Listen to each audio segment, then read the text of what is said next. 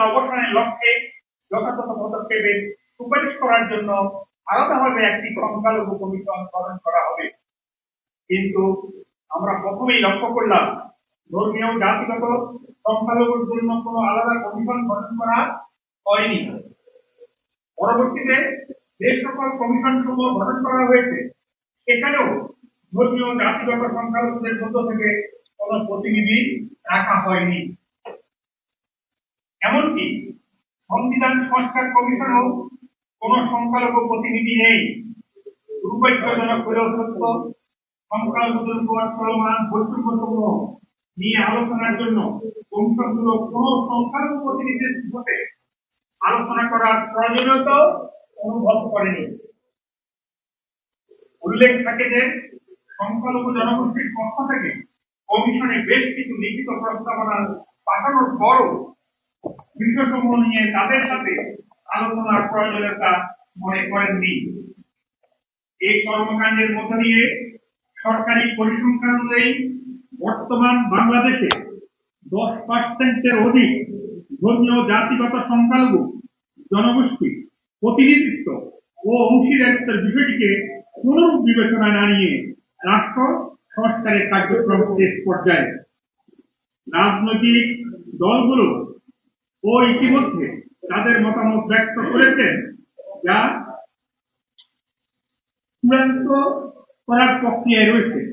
আমরা ধর্মীয় জাতিগত সংখ্যালঘু জনগোষ্ঠীর পক্ষ থেকে এই প্রক্রিয়ার বিরুদ্ধে তীব্র ক্ষোভ প্রকাশ করছি ও প্রতিবাদ জানাই, এবং একই সাথে আমরা বলতে চাই এর মধ্য দিয়ে সংখ্যালঘুদের উপর চলমান বৈষম্য ও নিপীড়নের চ্যালেঞ্জ না করে তার টিকিয়ে রাখার ক্ষেত্রে নতুন মাত্রা যুক্ত করেছে, যা মুক্তিযুদ্ধের মধ্যে দিয়ে অর্জিত অসাম্প্রদায়িক ধর্মনিরপেক্ষ বৈষম্যহীন ও মানবিক রাষ্ট্রের কাছ থেকে কখনোই আমরা আশা করিনি।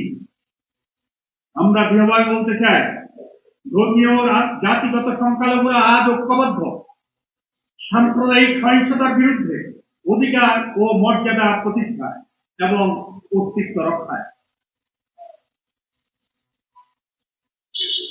ধর্মীয় জাতিগত সংখ্যালঘু জনগোষ্ঠীর উপর চলমান সাম্প্রদায়িক সহিংসতা। প্রিয় সাংবাদিক ভাই ও বোনেরা, বৈষম্য বিরোধী ছাত্র জনতার আন্দোলনের মধ্য দিয়ে গত 5 আগস্ট 2024 রাজনৈতিক পট পরিবর্তনের পর সারা দেশব্যাপী ধর্মীয় জাতিগত সংখ্যালঘু সম্প্রদায়ের উপর সহিংসতা চালানো হয়েছে, যা আজও অব্যাহত রয়েছে। এর প্রেক্ষিতে বাংলাদেশ হিন্দু বৌদ্ধ খ্রিস্টান ঐক্য পরিষদের পক্ষ থেকে গত 19 সেপ্টেম্বর 2024 বৃহস্পতিবার ঢাকা রিপোর্টার্স ইউনিটিতে আয়োজিত সংবাদ সম্মেলনের মাধ্যমে গত 4 আগস্ট থেকে 20 আগস্ট 2024 পর্যন্ত সারা দেশব্যাপী সংগঠিত 2010টি যা আংশিক সাম্প্রদায়িক সহিংসতার চলচ্চিত্র সম্বলিত তালিকা এবং একটি প্রতিবেদন উপস্থাপন করা হয়েছিল। আপনাদের সহযোগিতার মাধ্যমে দেশবাসী, রাজনৈতিক দলসমূহ ও নাগরিক নেতৃবৃন্দ এবং সরকারের সহৃদয় অবগতির জন্য উক্ত সংবাদ সম্মেলনের অনতিবিলম্বে সাম্প্রদায়িক সহিংসতা বন্ধ, এর সাথে জড়িত দুর্বৃত্তদের আইনের আওতায় এনে গ্রেফতার এবং বিচারের মাধ্যমে দৃষ্টান্তমূলক শাস্তি নিশ্চিত করার পাশাপাশি ক্ষতিগ্রস্তদের ক্ষতিপূরণ ও পুনর্বাসন, আহতদের চিকিৎসার পদক্ষেপ গ্রহণের জোর দাবি জানানো হয়েছিল। আমরা দুঃখের সাথে লক্ষ্য করছি যে সরকারের পক্ষ থেকে সাম্প্রদায়িক সহিংসতা সম্পর্কিত ঘটনাগুলিকে কোনরূপ গুরুত্ব না দিয়ে ঐক্য পরিষদের উত্থাপিত রিপোর্ট মিথ্যা, অতিরঞ্জিত, বানোয়াট বলে অস্বীকার করার কৌশল নেওয়া হয়। কিন্তু আপনাদের ঐকান্তিক সহায়তায় দেশি বিদেশি গণমাধ্যম উক্ত রিপোর্টে উল্লেখিত সহিংসতার ঘটনার উপর বিভিন্ন প্রতিবেদন প্রকাশ করায় তার দেশি বিদেশি মানবাধিকার সংস্থা, পার্লামেন্ট ও সরকার এবং জাতিসংঘের মানবাধিকার সংগঠনের পক্ষ থেকে সাম্প্রদায়িক সহিংসতার ঘটনাগুলিকে বিভিন্নভাবে তুলে ধরার পর বাংলাদেশে অন্তর্বর্তীকালীন সরকার 10 ডিসেম্বর 2024 তারিখে এক প্রেস বিবৃতিতে স্বীকার করেন যে বেশ কিছু সাম্প্রদায়িকতার সহিংসতা ঘটেছে এবং তা বন্ধে বিভিন্ন পদক্ষেপ নিয়েছে এবং ইতিমধ্যে এও উল্লেখ করেছেন যে 88 মামলা 70 জনকে গ্রেফতার করা হয়েছে। আমরা বারবার বলে এসেছি চলমান সহিংসতাকে যেভাবেই ব্যাখ্যা যা করুক না কেন, ঐক্য পরিষদ মনে করে গত 4 আগস্ট থেকে ধর্মীয় জাতিগত সংখ্যালঘু জনগোষ্ঠীকে টার্গেট করে তাদের বাড়িঘর, উপাসনালয়, ব্যবসা প্রতিষ্ঠান পরিচালিত সকল উপর হামলা, ভাঙচুর, লুটপাট, অগ্নিসংযোগ, নারী ধর্ষণ, হত্যা, জোরপূর্বক নীরব চাঁদাবাজি সহ যাবতীয় অপরাধের শিকার সংখ্যালঘু সম্প্রদায়ের নারী, পুরুষ, কিশোর, কিশোরী। সংখ্যালঘু সম্প্রদায়ের বিরুদ্ধে এ ধরনের সাম্প্রদায়িক সহিংস ঘটনা শুধু ফৌজদারি অপরাধেই নয়, এটি মানবতার বিরুদ্ধে অপরাধ এবং তা এখনো চলমান। বিচারহীনতার সংস্কৃতি থেকে বেরিয়ে দোষীদের শনাক্ত করে আইনের আওতা নিয়ে দেশে যথাযথ বিচার প্রক্রিয়া সম্পন্ন করার উদ্যোগ একেবারেই লক্ষণীয় নয়। এই পরিস্থিতি একদিকে সন্ত্রাসীদের এ ধরনের ভিন্ন কাজ করতে উৎসাহিত করছে, অপরদিকে নির্যাতনের শিকার ব্যক্তিদের মানবাধিকার পাওয়া এবং আইনের শাসন প্রতিষ্ঠায় বিরাট অন্তরায় হয়ে দাঁড়িয়েছে। আমরা যদি 4 আগস্ট থেকে 20 আগস্ট 2024 এই 17 দিনের পর্যন্ত সংগঠিত ঘটনাবলীর সাথে পরবর্তীতে সংগঠিত 21শে আগস্ট থেকে 30শে জুন পর্যন্ত ধর্মীয় জাতিগত সংখ্যালঘুদের উপর সংগঠিত সহিংসতা বিশ্লেষণ করি, তাহলে উপরোক্ত বিষয়টি পরিষ্কার হয়ে যায়। আমরা চলমান সাম্প্রদায়িক সহিংসতার একটি আংশিক চিত্র আপনাদের সামনে উপস্থাপন করছি, যা তথ্য উপাত্ত বিভিন্ন দৈনিক পত্রিকা, সামাজিক যোগাযোগ মাধ্যম এবং আমাদের প্রতিনিধির কাছ থেকে সংগৃহীত হয়েছে।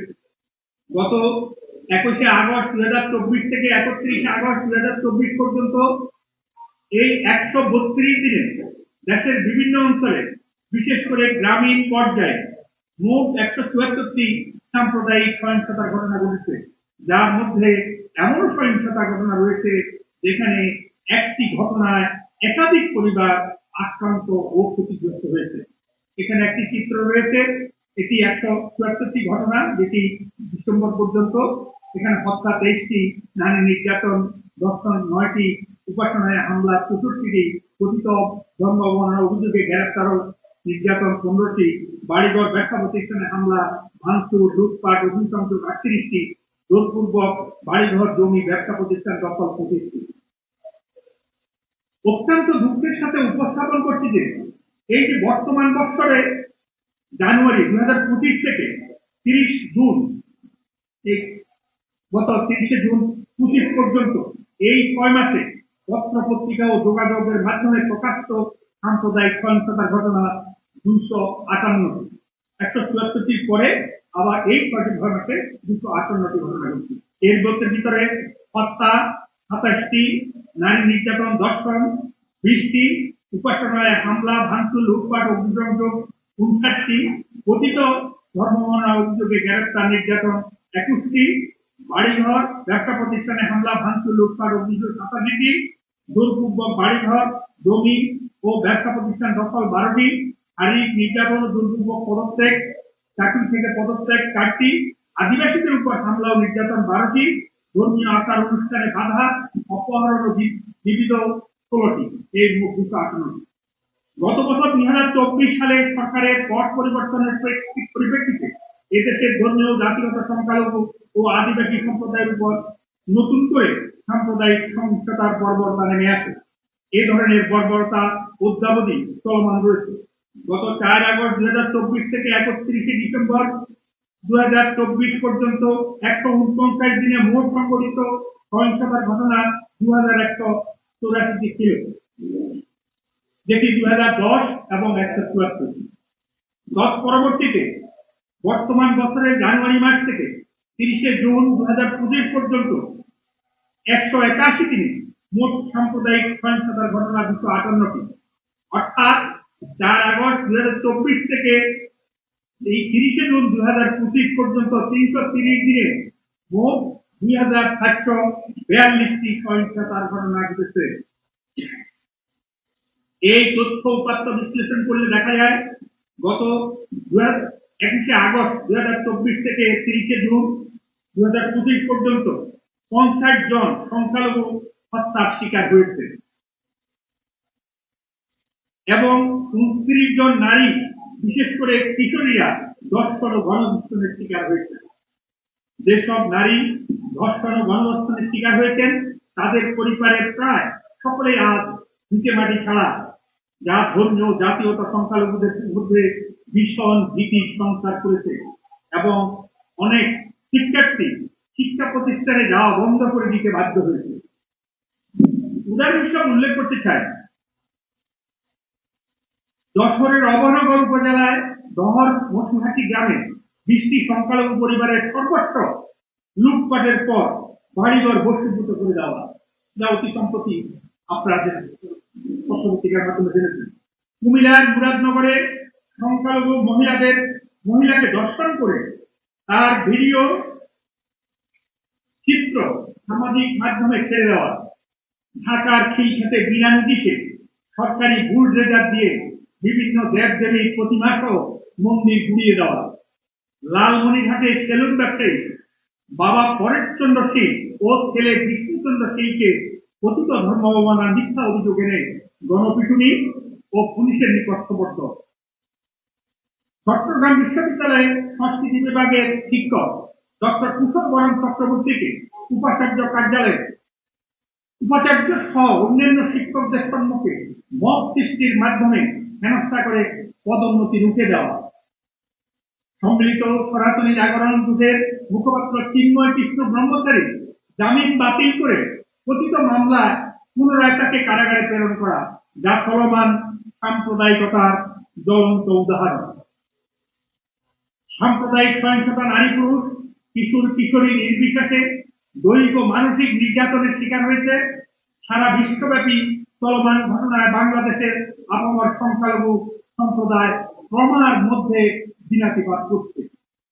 গত 15 জানুয়ারি আদিবাসী সম্প্রদায়ের অস্তিত্ব রক্ষা ও আদিবাসী হিসাবে তাদের পরিচয়ের দাবি সহ নবম দশম শ্রেণীর পাঠ্যপুস্তক থেকে আদিবাসী শব্দ যুক্ত জুলাই গণ অভ্যুত্থানের চিত্রকর্ম বা গ্রাফিতি বাদ দেওয়ার প্রতিবাদে শান্তিপূর্ণভাবে প্রতিবাদ করতে গেলে চিহ্নিত একটি গোষ্ঠী তাদের উপরে সশস্ত্র আক্রমণ চালায়। সরকারের পক্ষ থেকে সাম্প্রদায়িক সহিংসতাকে রাজনৈতিক টেক দিয়ে অস্বীকার করা এবং প্রকৃত অপরাধীদের গ্রেফতার করা বিচারের আওতায় না আনার কারণে সাম্প্রদায়িক দুর্বৃত্তরা দায় মুক্তি পেয়ে যাচ্ছে এবং এরপরে আরো হুমকির মুখে পড়ছে আপামর সংখ্যালঘু জনগোষ্ঠী। প্রিয় সাংবাদিক বন্ধুরা, লিখিত বক্তব্যের মাধ্যমে সংখ্যালঘু সম্প্রদায় জনগণের জীবনের চলমান পরিস্থিতি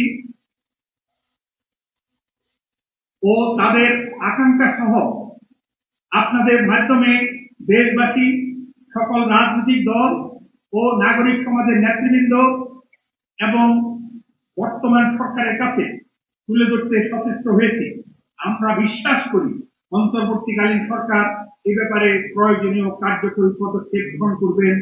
সকল রাজনৈতিক দলের নেতৃবৃন্দের প্রতি আমাদের আবেদন, বৈষম্যহীন, অসাম্প্রদায়িক, গণতান্ত্রিক ও মানবিক বাংলাদেশ গড়ার লক্ষ্যে ধর্মীয় ও জাতিগত সংখ্যালঘুদের ক্ষেত্রে বিদ্যমান বৈষম্য দূর করার জন্য প্রয়োজনীয় জনমত গড়ে তোলা সহ নানাবিধ উদ্যোগ গ্রহণ করবেন। প্রিয় সাংবাদিক ভাই ও বোনেরা, দীর্ঘ সময় ধরে আপনারা আমাদের বক্তব্য শুনেছেন। আমরা আশা করব আপনারা আপনাদের নিজ নিজ গণমাধ্যমে আমাদের বক্তব্যকে তুলে ধরে ধর্মীয় ও জাতিগত সংখ্যালঘুদের চলমান বৈষম্য বিরোধী মানবাধিকার আন্দোলনকে এগিয়ে যেতে সর্বাত্মক সহায়তা করবেন। আপনাদের সুস্বাস্থ্য ও দীর্ঘজীবন কামনা করছি।